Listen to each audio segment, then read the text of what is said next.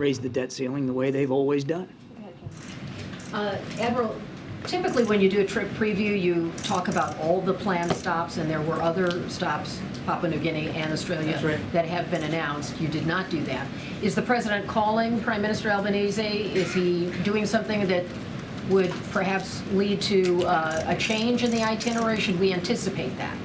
It's difficult for me to tell you exactly what to anticipate at this point, Kelly. As I said, we're reevaluating the rest of the trip right now. I can speak to Hiroshima. I can speak to the G7. We're evaluating the rest of the trip, and as you might expect, should there be changes made or need to be made to the rest of the trip, we will absolutely make proper notification. And there were some calls from Republicans in both the House and the Senate for the President to adjust his foreign travel due to the debt ceiling issue. And should we assume that that is the reasoning for this reevaluation? No, you should assume that, first of all, we're going to the G7 and we're looking forward to that. It's an important forum for a lot of important issues that I just detailed. And given where we are right now, it's also incredibly prudent and responsible for the President to take a look at the rest of the trip and evaluate whether it makes sense going forward. Again, when we have something to speak to, we certainly will. But the President of the United States can do both things.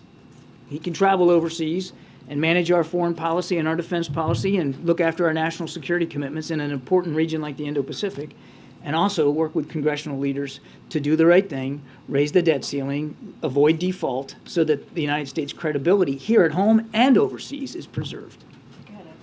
Well, yeah, I mean, thank you. In essence, you're sort of teasing us here over what could transpire in the next 2 hours. If this meeting doesn't go well, he's not going to Australia, is what it seems to be that you're saying. I'm not teasing anything, Ed. I'm just trying to tell you what's going on. And what's going on right now is we're helping on Air Force One tomorrow, and we're heading to Japan, and we're going to have a good meeting at the G7, and we're going to evaluate the rest of the trip, and we'll see what happens. We'll see where things go. Well, what would cause you to not go to Australia then? I'm not going to get into a hypothetical. I think we're going to evaluate where the situation is here and make a determination relatively soon. On Japan, many previous American presidents have been pressured or asked to apologize for the U.S. using a nuclear bomb over Hiroshima and Nagasaki.